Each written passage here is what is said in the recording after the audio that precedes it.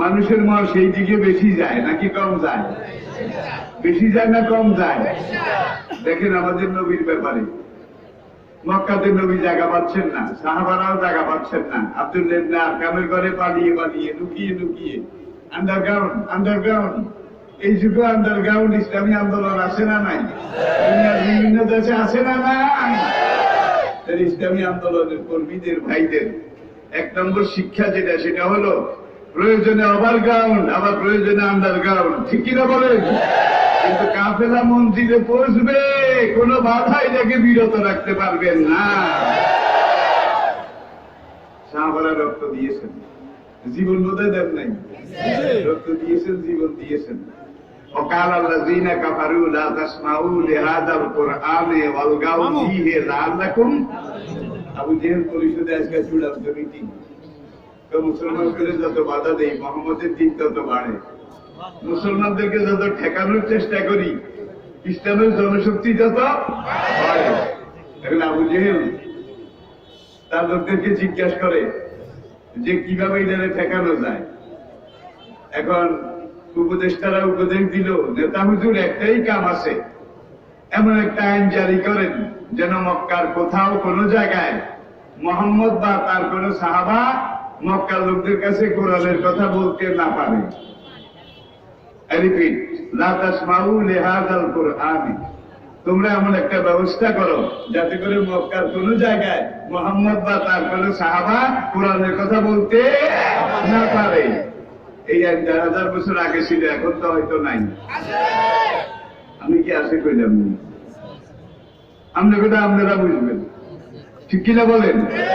তবে যে জিনিসে বাধা দেওয়া হয়, নূহ আলাইহিস সালাম থেকে আখেরি নবী পর্যন্ত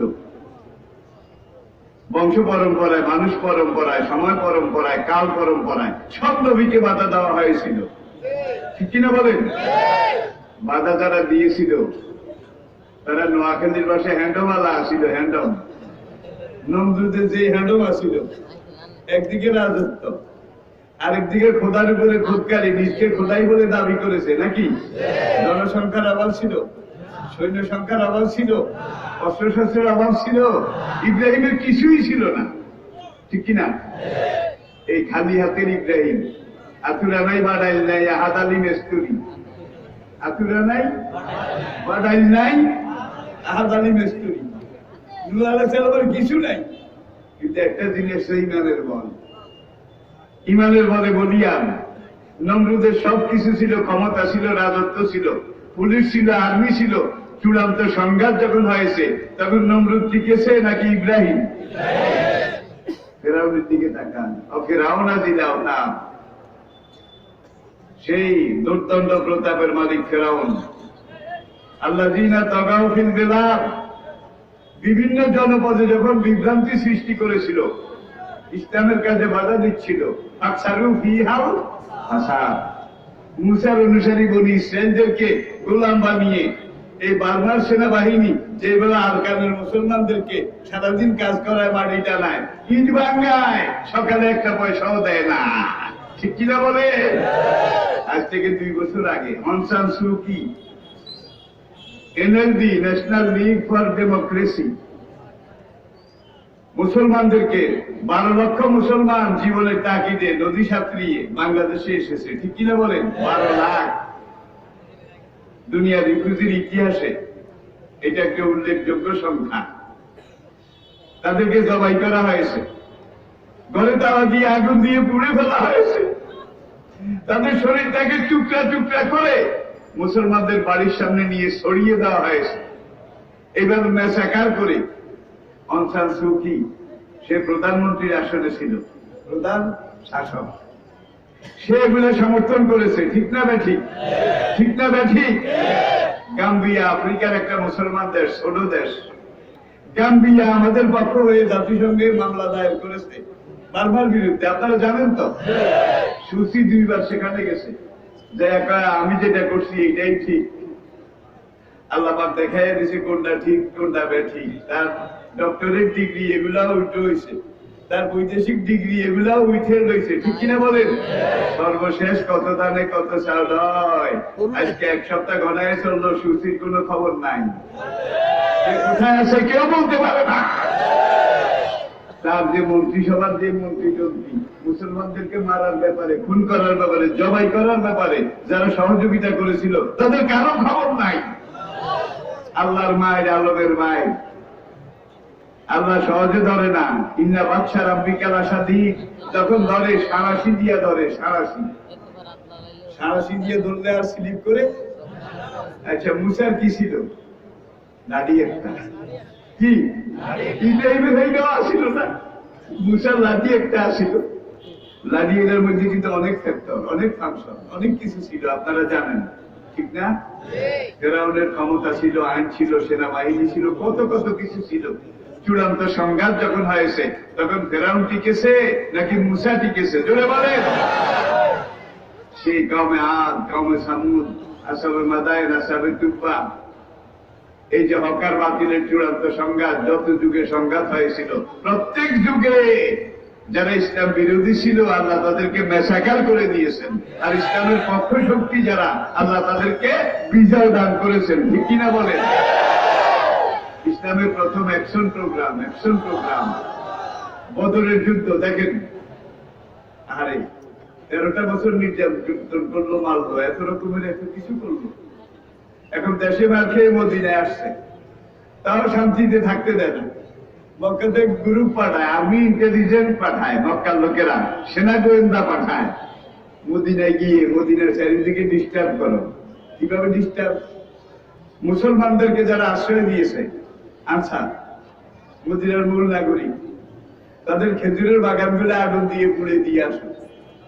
রাত্রে গিয়ে তাদের খেজুর গাছে উঠে কাঁচা খেজুর গুলা সব কেটে ফেলে দাও, যাতে করে আনসাররাও খাইতে না পারে, মুহাজিররাও খাইতে না পারে।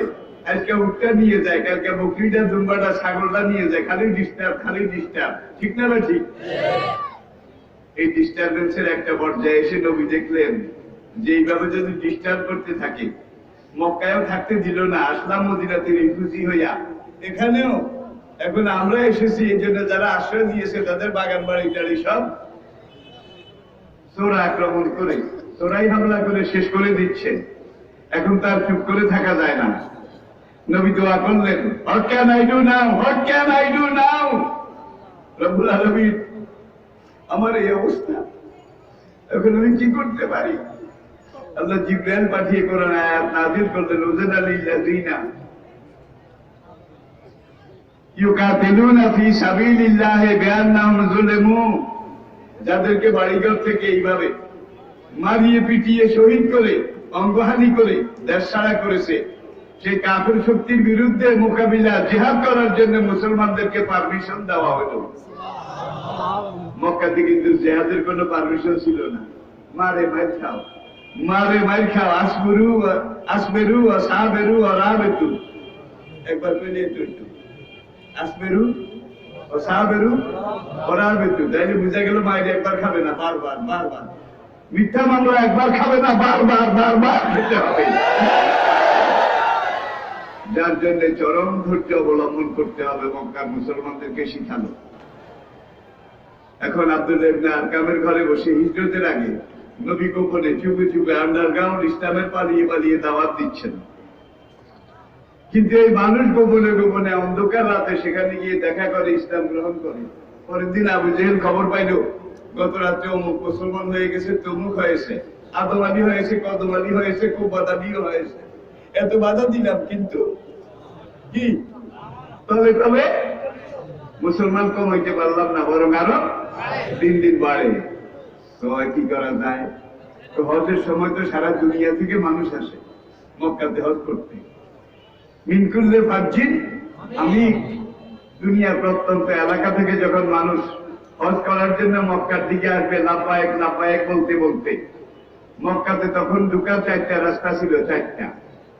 একটা ছিল পূর্ব দিক থেকে, জাবালে নূরের দিক থেকে, বর্তমান যে Medina inter district bus terminal, Hira পাহাড়ের পাদদেশে, এখান দিয়ে একটা রাস্তা ঢুকেছে, এটা মেইন। আবার পশ্চিম দিক থেকে শাহরে ইব্রাহিম, এখান দিয়ে আরেকটা রাস্তা ঢুকেছে কাবার দিকে।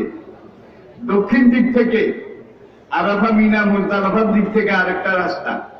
উত্তর দিক থেকে মদিনার দিক থেকে আরেকটা রাস্তা, এই 4টা রাস্তা দিয়ে মক্কায় যখন ঢুকা লাগতো, আবু জেহেলরা পরামর্শ করে কয় কোনখানে যেন মুহাম্মদের কোন সাহাবী মক্কার লোককে কোরআন শুনাইতে না পারে, বাধা দিবা লা তাসমাউ লিহাযাল কোরআনে, কোরআন তোমরা শুনিও না, কোরআন শোনার ব্যবস্থা হইলে বাধা দিও।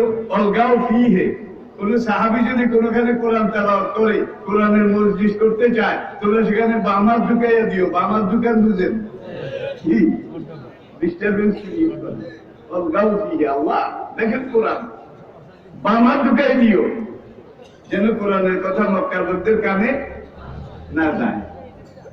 এখন এই পূর্বের রাস্তায় যাদেরকে দাঁড় করিয়েছে আজিদেরকে সাবধান করার জন্য, তারা বলে হোবর ঠাকুরের বান্দারা, রাত মালা পিয়া ঘোষ ঠাকুর ঠাকুরানি দেব দেবীর বান্দারা হজ করার জন্য কাবা ঘরে যান, ভালো কথা, দেব দেবীর পূজা করে কাবা ঘর তওয়াফ করে দেব দেবীর নামে জন্তু এগুলা বলি দিয়ে অফুরন্ত সওয়াব নিয়ে দেশে ফিরে যাবেন। আমরা এটাই আপনাদের জন্য কামনা করি। খবরদার পাগলের পাল্লায় পড়িয়েন না কিন্তু।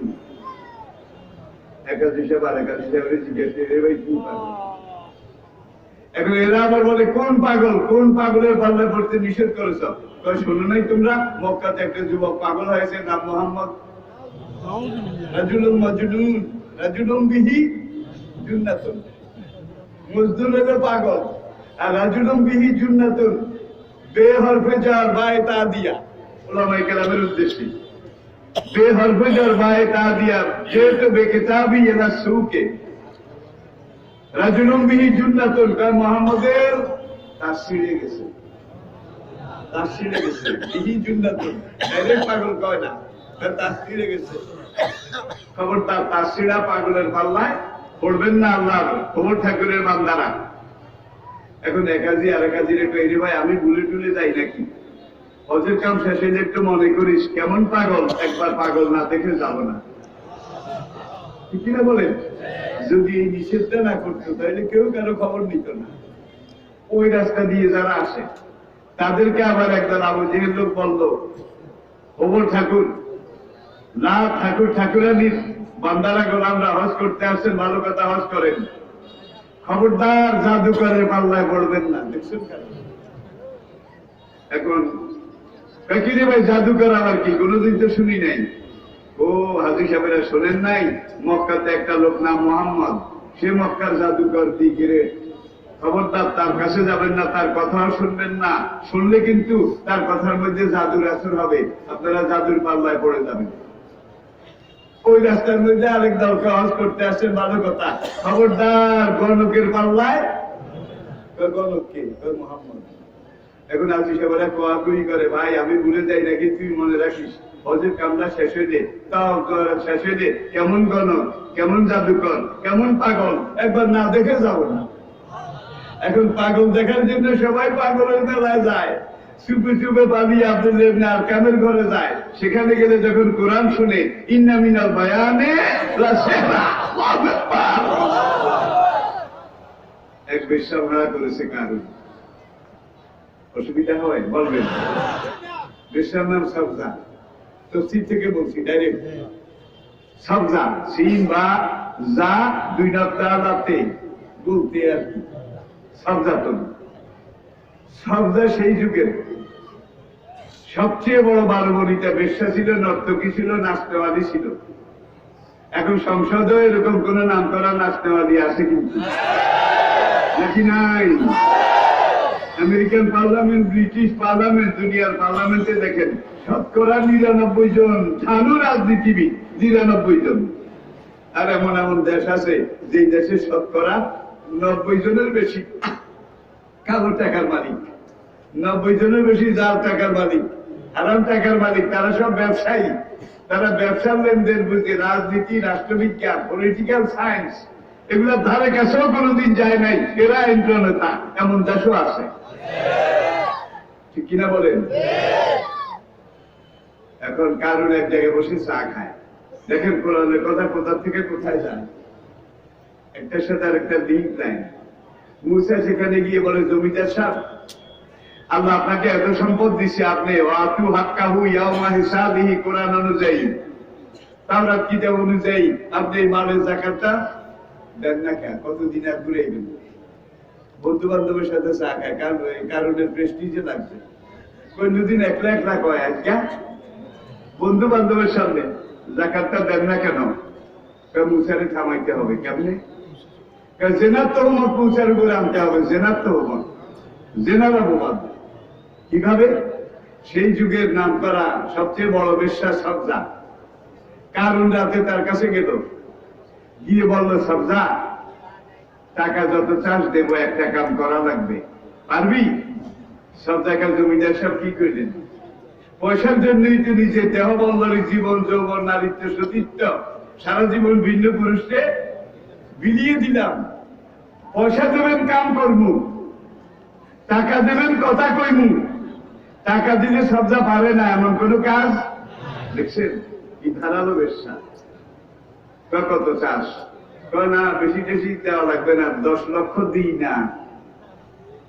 দিনার মানে দেড়হাম না, স্বর্ণ মুদ্রা। এই যুগের আমেরিকান ডলারের সাথে যদি আপনি হিসাব করেন, কয়েক মিলিয়ন ডলার হবে, কয়েক মিলিয়ন ডলার। এটা হলো সবজার ফি, যে আপনি আমাকে এই স্বর্ণ মুদ্রা দিতে হবে 10 লক্ষ। কারণ এটা আমার অভাব নাই, বেশি চাইলে বেশি দেবো, একটা কাজ করা লাগবে। সব জায়গায় কি জমিদার সব 10টা হইলেও আমি আসি, পয়সা দেবেন কাম করবি। আগামী পরশু বলি ইসরায়েলদের নববর্ষ, বছরের প্রথম দিন উদযাপন, ঈদের দিন সকল বলি ইসরায়েলের আম জনতা লুইত সাগরের পাড়ে এখানে আসবে, বিশাল সেখানে মিটিং হবে, গান হবে, নাচ হবে, মদ পান হবে, সেখানে গলাগলি ঢলাঢলি সবকিছু হবে। সেখানে মুসার একটা মুদ্রা দোষ আছে, যেখানে মানুষ দেখে সেখানে যাই এসে ওয়াজ শুরু করে।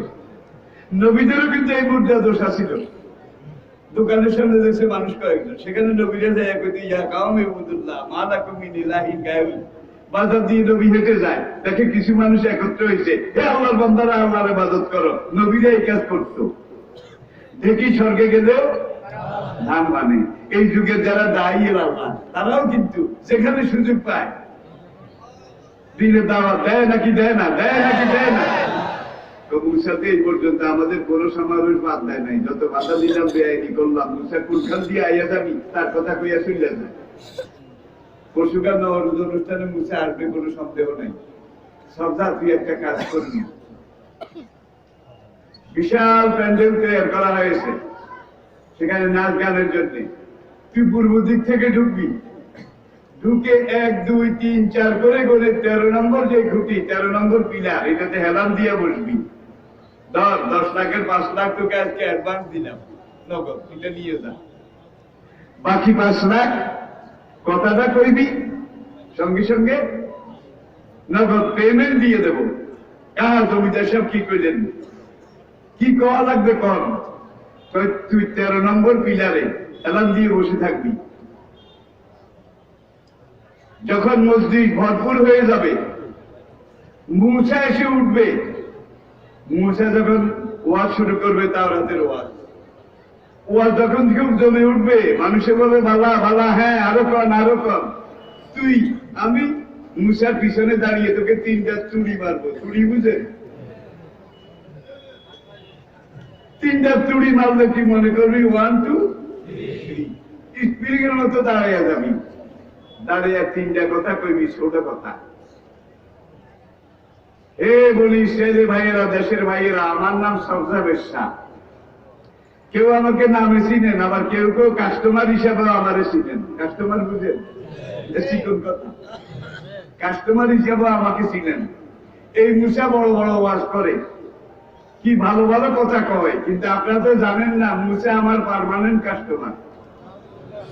প্রত্যেক রাতে মুসা আমার আস্তানায় যায়, গিয়ে আমার সাথে জেনা করে। কালকে রাতেও মুসা আমার আস্তানায় গেছে, গিয়ে আমারে 5 লক্ষ সোনার মহৎ দিছে। এই দেখেন আমি নিয়ে আসছি, ওই যে কারণের দেওয়া, এটা শিখাই দিছে, এটা দিয়ে আসছে। মাহফিলে বড় বড় ওয়াজ করে, কিন্তু রাতে বেশ্যাদের কাছে যায়। আমি হলাম তার 1 নম্বর গ্রাহক, সে আমার 1 নম্বর কাস্টমার। তুই এই কথাটা কইবি, আর কিচ্ছু করা লাগবে না, বাকি কাজ আমি করবো। জমিদার সাহেব 100 বার যাবো, পরবর্তী বিলটা আপনি লগে করে নিয়ে যাইয়েন, কারণ লেখা আমার কি টাকার আছে, 13 নম্বর পিলারে যাবি। পরশুদিন আসলো বিশাল মাজমা। এখন বিভিন্ন নেতারা ওয়াজ করে, ফেরাউন কতক্ষণ ভাষণ দিল, হামান উজির আজম সেও ভাষণ দিল, হানুক সেও আরেক উজির ভাষণ দিল।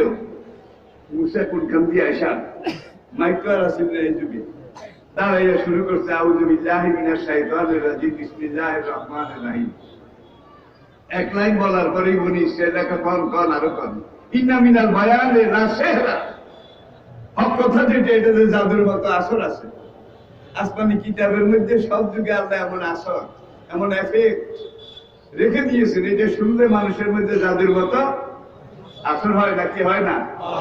এখন মুসা ওয়াজ শুরু করেছে, বনি ইসরাইলের লোকেরা বালা আল্লাহে, হ্যাঁ ঠিক ঠিক, মুসা তুমি আরো ক, প্রত্যেকটা কথা ঠিক, প্রত্যেকটা কথা ঠিক।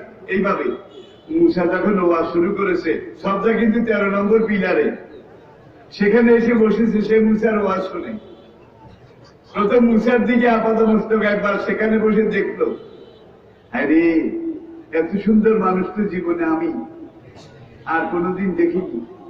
মানুষ কি এত সুন্দর হতে পারে? সে মুসা নয়, সে কুদরতে তৈরি একটা রূপের পিরামিড। মা মিন নবিয়্যিন ইল্লা কানা আহসানুস সূরা। যিনি যে যুগের নবী তিনি সেই যুগের সেরা সুন্দর, যিনি যে যুগের নবী তিনি সেই যুগের শ্রেষ্ঠ বক্তা, যিনি যে যুগের নবী তিনি সেই যুগের শ্রেষ্ঠ ধার্মিক, যিনি যে যুগের নবী তিনি সেই যুগের শ্রেষ্ঠ যুক্তিবিদ। ঠিক কিনা বলেন?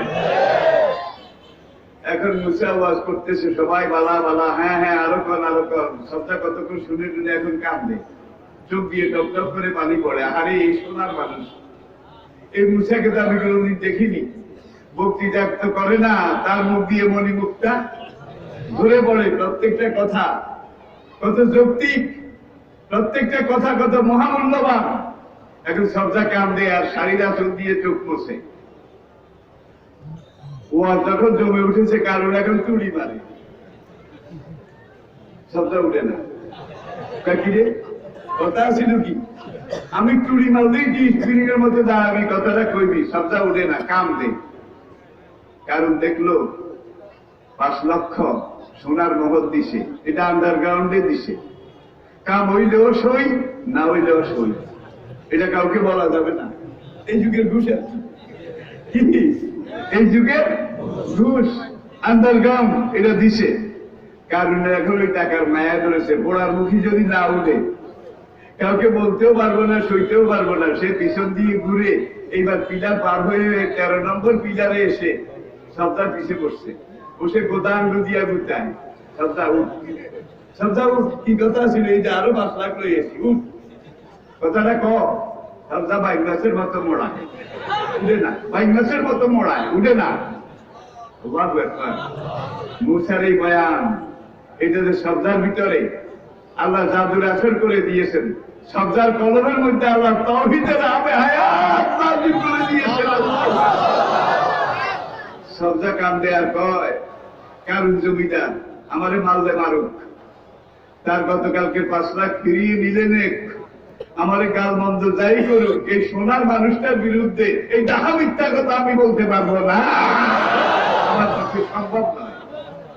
আল্লাহ আছে নাকি নাই? এই যুগে মুসার মতো অভিযোগ বোধহয় ইসলাম পদ্ধতি কারো উপরে নাই, বানানো অভিযোগ বোধহয় নাই। ইসুফের ছিলেন একটা সূরাই আল্লাহ নাযিল করেছেন, মিশরের ফার্স্ট লেডি। মিশরের যখন ইউসুফ যৌবনে পুষলো, আলাম্মা বালাগা আশুদ্দাহু, ইউসুফ যখন যৌবনে পুষলো, বিশ্বের সেরা সুন্দর কিন্তু ইউসুফ, ঠিক কিনা? এখন ঘরের ফার্স্ট লেডি রানী, সে ইউসুফের ইফটিজিং করা শুরু করলো। ইফটিজিং বুঝেন তো? এমনি অমনি শক্তি, লালে টপ্পা হারে টপ্পা, যত টিজিং ইফটিজিং করে ইউসুফ কোনটারে পাত্তা দেয় না। ইতিহাস অনেক লম্বা। আহসানুল কাসাস, আহসানুল আল্লাহু আকবার। যখন কোনোভাবেই ইউসুফকে পটাইতে পারলো না, বাগে আনতে পারলো না, মহিলার ধৈর্য হারিয়ে গেল। একদিন তার গোলামদেরকে বললো, আজকে দুপুরে খাওয়া দাওয়ার পরে যখন আমি একটু রেস্টে যাব, তোরা ইউসুফকে এনে আমার কামরার দরজা খুলে আমার রুমের ভিতরে ইউসুফকে ঢুকাই দিয়ে বাইরে দিয়ে দরজাটা লক করে তোরা চলে যাবি। কোরআন এইভাবে বলছে। নির্দেশ অনুযায়ী যুবক ইউসুফকে ধাক্কা মেরে জোলাইখার কামরায় ঢুকাই দেওয়া হলো। অগাল্লা কাতিল আবওয়াব, আবওয়াব বাব না, বহু বচন, আবওয়াব, রাজমহলের প্রত্যেকটা দরজা লক করে দেওয়া হলো। লক করে দিয়ে এখন ওই পড়ার মুখী ইউসুফের সামনে এসে বসেছে। ইউসুফ একবার তাকাইছে, দেখে যে হেতি হেতি এতদিন যে টিচিং করে নারে টাপ্পা আরে টাপ্পা, মনে হয় তারে যেন চিনি, ওগো চিনি, চিনি তারে চিনি, ওগো নন্দিনী, তুমি যে মায়ার সঞ্চারিনী। যত নাচলো যত গাইলো, ইউসুফ কোনটার এই কাউন্টে নিল না। ইউসুফ নিজের আদর্শের উপরে অটল, অনল, অবিচল, ঠিক কিনা বলেন? এইবার মহিলার ধৈর্য হারিয়ে গেল। সে এইভাবে নিজের কামরায় ইউসুফকে এনে দরজা বন্ধ করিয়ে ষড়যন্ত্র করে এইবার ওর, ইউসুফ তোমার মাথার এগুলা চুল নাকি রেশম? দেখছেন পড়ায় কেমনি? তোমার মাথায় এগুলা কি চুল নাকি রেশম? তোমার চুলগুলা তো রঙিন রেশমের মতো, এত সুন্দর চুল তো জীবনে আমি কোনোদিন দেখিনি। ইউসুফে কয়, রেশমের মতো হইলে কি হবে? যেদিন আমি মরে যাব, মরে যাওয়ার পরে এই চুলগুলা ধরে ধরে খসে খসে মরে যাবে, এই রেশমের কোনো দাম থাকবে না। মহিলা 2 নম্বরে কয়, ইউসুফ তোমার চোখ দুইটা লাডার মতো, মুখটা বাড়ার মতো, দাঁতগুলা কড়ার মতো, হাতগুলা বেলুনের মতো, এত সুন্দর দৈহিক গঠন, ফেস, বডি, অপিয়ারেন্স আমি আমার জীবনে কোনোদিন দেখিনি। ইউসুফের চোখ এত সুন্দর হলে কি হবে? যখন আমি মরে যাব আমার চোখ দুটা আগে গলে যাবে, কালো কালো দুর্গন্ধযুক্ত পানি বের হয়ে আমার চেহারা, আমার পুরো দেহটা দুর্গন্ধযুক্ত করে দেবে। এইবার ওই পড়ার মুখী বলে, তোমার হাত, তোমার পা, তোমার অঙ্গ, তোমার দেহ কত সুন্দর। ইউসুফ বলে, যত সুন্দরই হোক, আমি যখন মরে যাব এগুলা সব মাটির খোরাক হবে, সব মাটি খেয়ে ফেলবে। মহিলা এবার আরো আগে আসলো, বুঝেন তো? আস্তে আস্তে একবারে সামনাসামনি কাছাকাছি আইয়া কি কয়, কইতাম নি? দেখেন কোরআনে আল্লাহ কি ইচ্ছা কয় নাই। অগাল্লা কাতিল আবওয়াব, উপর দিয়ে একটা দুইটা জানালা খোলা ছিল, এইটাও সে বন্ধ করাইল। বন্ধ করে দিয়ে অকালা ইউসুফের সামনে গিয়ে বলে, ইউসুফ হায় তালাক, ইউসুফ কোরআনে হায় তালাক। দেরি করো কেন? আমার এই জীবন যৌবন, আমার এই দেহ সুস্থ, আমার এই রূপ লাবণ্য, আমার এই দেহ বল্লরী আমি তোমাকে এই মুহূর্তে অফার করছি, তুমি আমার দেহ ভোগ করো। কালা মাজ আল্লাহ, ইউসুফকে নাউজুবিল্লাহ, আমি এই কামের মধ্যে নাই। ইন্নাহু রাব্বি আহসানা মাসওয়ায়া ইন্নাহু লা ইউফলিহুল যালিমুন। আমার রব আমাকে বলেছেন, ওয়ালা তাকরাবুজ জিনা, জিনা করা যাবে না। আল্লাযীনা হুম লিফুরুজিহিম হাফিজুন। আমার নবী বলেছেন, মান কাফালা লি মা বাইনা রিজলাইহি ওয়া মা বাইনা শাফাতাইহি কাফালতু লাহুল জান্নাহ। আমি প্রত্যেকটা কথার সাথে কিন্তু হয় কোরআনের আয়াত না হাদিস বলতেছি, সবগুলো তর্জমা করতে পারতেছি না। আপনারা মনে করবেন যে এই কথার সাথে এই আয়াতটা, এই কথার সাথে এই হাদিসটা সম্পর্কযুক্ত, রিলেটেড, কিন্তু বুঝলেই যথেষ্ট। আমার যে উম্মত, আল্লাহর যে বান্দা, আমাকে তার 2 ঠোঁটের মাঝখানের একটা অঙ্গ, চিনেছেন বোধ হয়, জিহ্বা, অমা বাইনা রিজলাইহি, 2 পায়ের মাঝখানের একটা অঙ্গ, বুঝেছেন বোধ হয়। এই দুটার খেয়ালত করলো না, এই দুটার অপব্যবহার করলো না, কুপথে হারাম পথে ব্যবহার করলো না। কাফালতু লাহুল জান্নাহ, আমি নবী তার বেহেশতের জামিন হয়ে গেলাম। এই হাদিসে আরেক সনদে এইভাবে এসেছে, কানা মাইয়া ফিল জান্নাহ। এই অঙ্গ আর এই অঙ্গ, এই দুইটাকে যে অপব্যবহার করবে না, জেনা করবে না, ব্যভিচার করবে না, মুখ দিয়ে মিথ্যা বলবে না, বদনাম করবে না, মিথ্যা সাক্ষী দেবে না, ওয়াদা ভঙ্গ করবে না, কানা মাইয়া ফিল জান্নাহ, সে আমি নবীর সাথে একই জান্নাতে থাকবে। আল্লাহু আকবার। এই নিয়ামত কি আপনারা চান? ইউসুফ বলে যে, তুমি কি কর, দেরি করো কেন, আসো। ওই জড়াইয়ে ধরতে আসে আর কি। কালা মাজ আল্লাহ ইসুকা নাউজুবিল্লাহ ইন্নাহু রাব্বি আহসানা মাসওয়ায়া ইন্নাহু লা ইউফলিহুল যালিমুন। তিনি আমার রব, তিনি আমার সব। সব ভাইদের হিংসা বিদ্বেষের আগুনে পুড়ে হাত পা বাঁধা অবস্থায় বদ্ধ কুয়ার মধ্যে আমাকে ফেলে দেওয়া হয়েছিল। আমার রব আমাকে সেখান থেকে বাঁচিয়েছেন, মিশরে এনে রাজকীয় পরিবেশে থাকা খাওয়া ব্যবস্থা করে দিয়েছে। সেই রব বলছেন জেনা করা যাবে না, যতই আমি এই কামের মধ্যে নাই। মহিলা যখন দৌড়তে আসে ইসুফ দিছে দৌড়। বান্ধবীদেরকে বললো এখনো কাম উদ্ধার করতে পারি নাই। ওই যে অনুষ্ঠান, বোঝ অনুষ্ঠান, বান্ধবীদেরকে দাওয়াত দিছে। বান্ধবীরা কয় প্রেম তো আমরাও করি, আমাদের এক একজনের ডজন ডজন পুরুষ ফ্রেন্ড আছে। তুই প্রেম করলি, পোড়ার মুখী গোলামের সাথে প্রেম করলি, আমাদের মান সম্মান সব ডুবাইলি। ইসুফ তো তোর গোলাম। তুই প্রেম করবি ভালো একজন স্বাধীন মানুষের সাথে কর, গোলামের সাথে প্রেম করে আমাদেরকে ডুবাইলি। জোলাইখারে গালাগালি করে, জোলাইখা পার্টি দিছে। পার্টি দিয়ে ইসুফের সামনে এনেছে। ইতিহাস জানেন, মনে করাই দেই। এখন পানি জল দিয়ে ইউসুফকে বান্ধবীদের এখানে মজলিসে এনে দিয়েছে। দেওয়ার পরে হাযাল লাযী লুমতুন্নানী ফীহি, এই সেই গোলাম যে গোলামের প্রেমে পড়াতে তোমরা আমাকে গাল বন্ধ করো। মহিলারা ইসুফের দিকে চাইয়া ওই ছুরি কিন্তু ডিউটি শুরু করেছে। তরমুজ কাটে, খরবুজা কাটে, লেবু কাটে। জোলাইখাকে আপনারা খাওয়া শুরু করুন, ডিনার পার্টি শুরু করুন। মহিলারা এখন তলোয়ার দিয়ে লেবু কাটছে। লেবু কাটা যায় আঙ্গুলে গেছে, কাটে, শুধু কাটে। আঙ্গুল কাটা গিয়ে এখানে এসেছে, শুধু কাটে। ছুরির উপরে এক মহিলারও নজর নাই, সব মহিলার নজর ইসুফের দিকে। ইসুফের দিকে শুনতে চায়, চোখের পলক মারে আর মা হাজা বাসারা ইনহাজা ইল্লা মালাকুন কারীম। এ কোনো মানুষ নয়। মানুষের এত সুষম সৌন্দর্য রূপ লাবণ্য থাকতে পারে না। জোলাইখা বোন, তোর কোনো দোষ নাই। আমরা একবার দেখেই তো নিজেদেরকে হারাই ফেলেছি। আঙ্গুল কাটছো কা, তোর এখান দিয়ে কাটা গেছে, খোদার কসম টের পাই নেই। যে জিনিস সামনে এনে দিয়েছ, এই জিনিসের দিকে চাইয়া নিজেদের কথা ভুলে গেছে। আমরা একবার দেখি এইবার আপন বলা হয়ে গেলাম। তোর সামনে সারাদিন রাত কিছু থাকে। তুই তো প্রেমে পড়েছিস, এটা অপরাধ নয়। জোলাইখা কওয়ার বহুত চেষ্টা করেছি, একজন তো কাজ হাত করতে পারি নাই। হয় সে আমার কাজ আমাকে দেবে, যদি সে আমার কথা না মানে লাইয়াসে জুনুন নাহু, আমি তোমাদেরকে জানিয়ে দিলাম তাকে জেলের ভাত খাওয়ায় ছাড়বো। ইসুফ জগাতে করে যায় আর কয় কালা রব্বে সিজনু আহাব্বু ইলাইয়া মিম্মা ইয়াদুনানি ইলাইহি। আল্লাহু আকবার। সেই জেনাবা বিচারের দিকে এরা আমাকে ডাকে, তার সেই যে জেলের ভাত খাওয়া আমার জন্য অনেক ভালো। শেষ পর্যন্ত এই অপমান, এটা দিয়ে ইসুফকে জেলে দেওয়া হয়েছে। অন্যায় করার অপরাধে নাকি না করার অপরাধে? জোরে বলেন, করার অপরাধে নাকি না করার অপরাধে? আল্লাহু আকবার। এই যুগে বোধহয় সেটা নাই। আছে, আছে।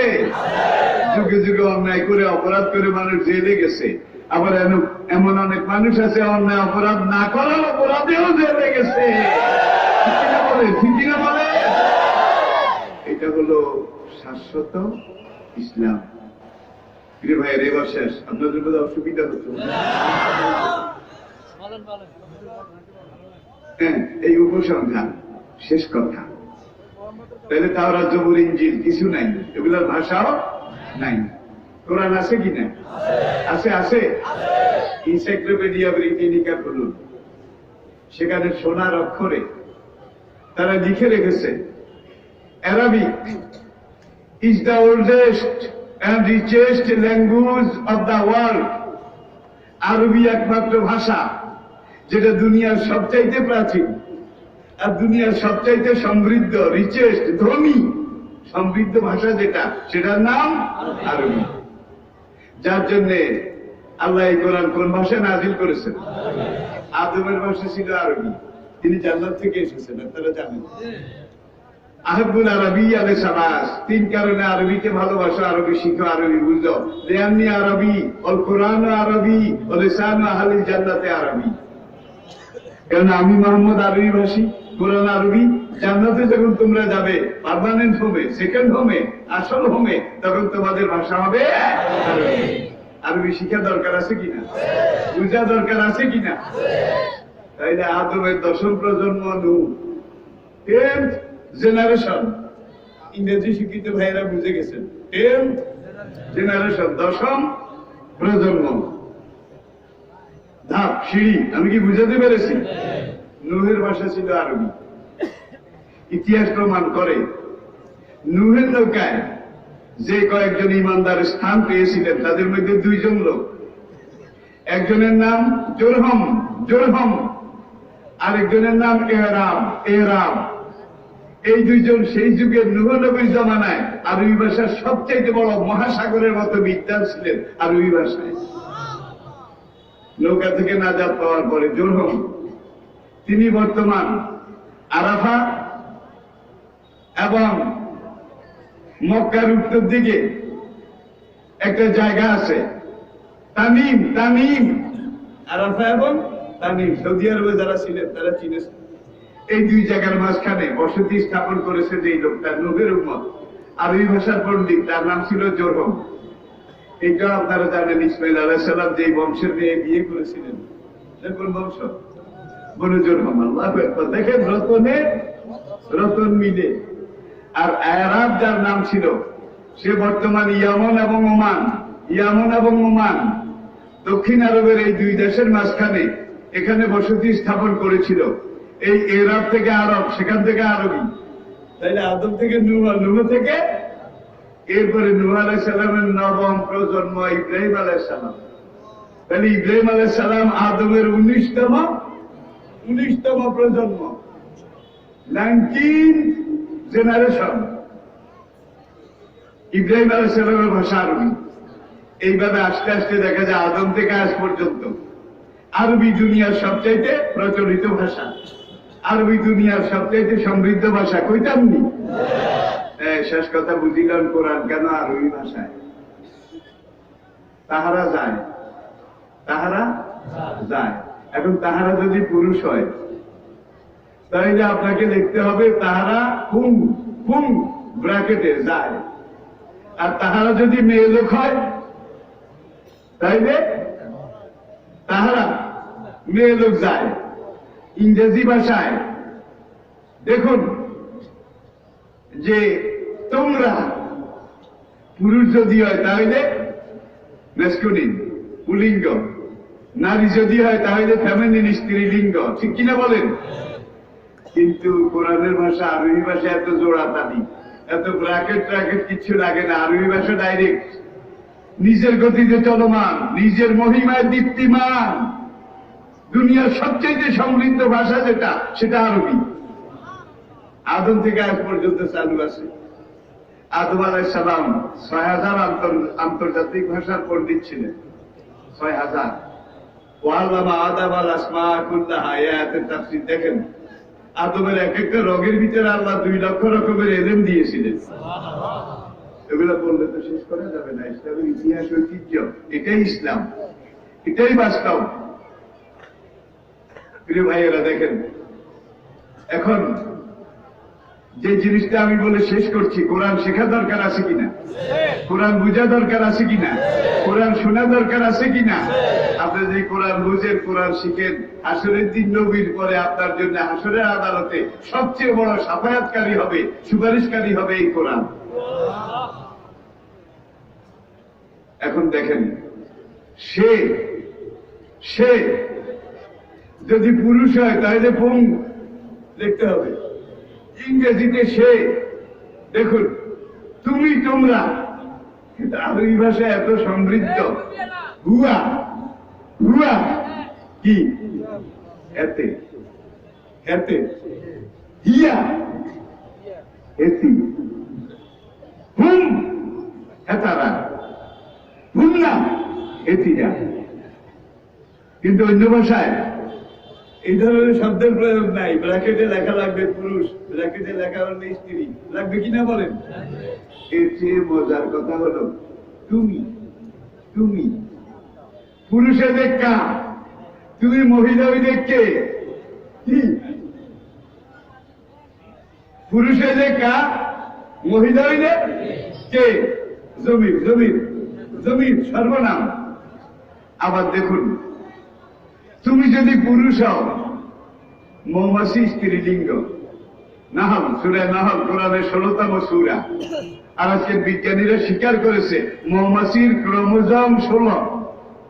আল্লাহ বলে আমি মৌমাছিকে নির্দেশ দিয়েছি যে উসলুকি, তোমরা চলো পাহাড়ের ডালে ডালে, অকুলি তোমরা খাও।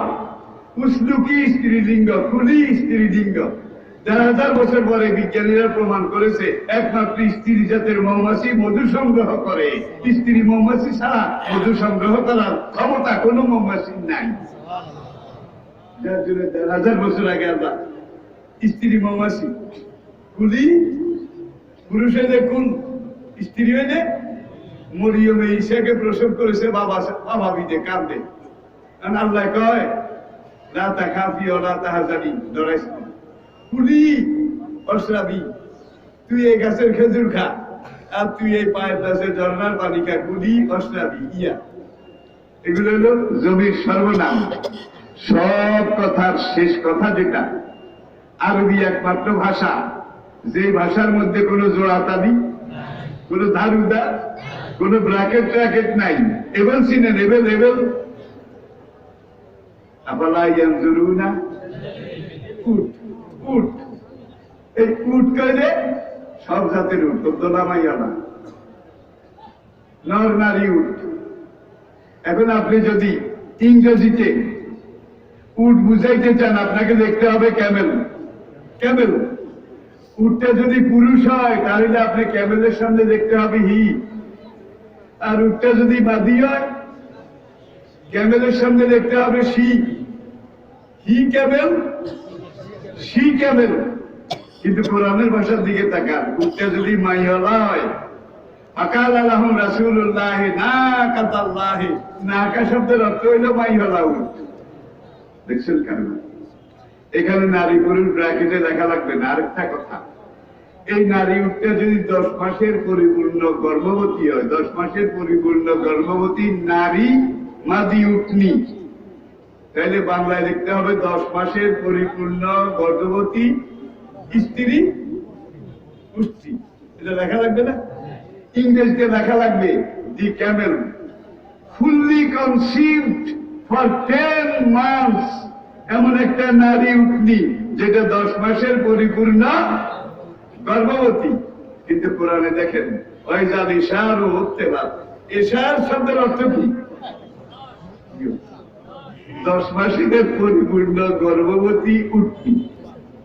এর কোরআনের ভাষা এত সমৃদ্ধ, যার জন্য এই যে এনসাইক্লোপিডিয়া ব্রিটানিকা স্বীকার করেছে নবীজি প্রত্যেকটা সুন্নাত, এগুলোকে আজকে গবেষণা রিসার্চ করার পরে আজকের দেহবিজ্ঞানীরা স্বীকার করেছে যে নবীর প্রত্যেকটা সুন্নতের সাথে সায়েন্স আছে, বিজ্ঞান আছে, যুক্তি আছে, সুস্বাস্থ্য আছে, মানবতা আছে। আমি দেন না, আমি দেন পশ্চিমী দুনিয়ার একদম দেহবিজ্ঞানী 18 বছর আমির উপরে রিসার্চ করেছে। নবী আমাদেরকে বলেছেন আমি যদি দাও তাহলে না হাওলা, আমি খারাপ জিনিস কত বিরক্তিকর। নবীকে আমি দিলে না হাওলা পড়ো, আল্লাহর কাছে মানাসা আশ্বাসা। কারণটা কি?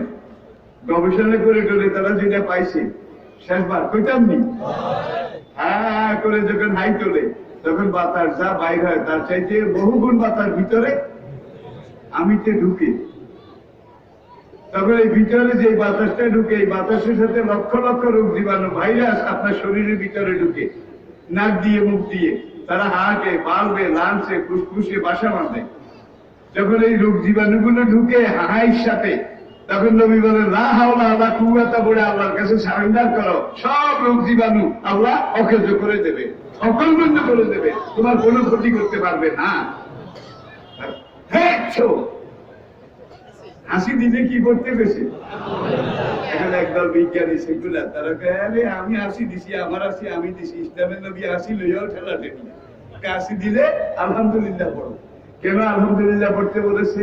তারা গবেষণা করে পেয়েছে হাসি দিলে হাসির সাথে নাক মুখ দিয়ে যে বাতাসটা বের হয়ে আসে ফুসফুস থেকে, লাঞ্চ থেকে, হার্ট থেকে, বাল থেকে, এই বাতাসটার স্পিড গতি ঘন্টায় 100 থেকে 150 কিলোমিটার।